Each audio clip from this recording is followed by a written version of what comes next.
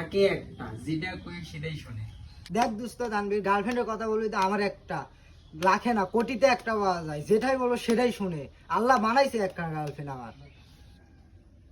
দেখ দোস্ত, গার্লফ্রেন্ডের প্রশংসা যদি করতে হয় তাহলে আমারটা করবি, তোদেরটা না। কারণ আমার গার্লফ্রেন্ডের প্রশংসা যদি আমি শুরু করি না তাহলে সন্ধ্যার থেকে সকাল হয়ে যাবে, তাও আমার গার্লফ্রেন্ডের প্রশংসা শেষ হবে না। ওরে বাবা মরিসি, দেখা তো তাহলে তোর গার্লফ্রেন্ডে, দেখা তো, দেখা দেখা দেখা তোর গার্লফ্রেন্ডে।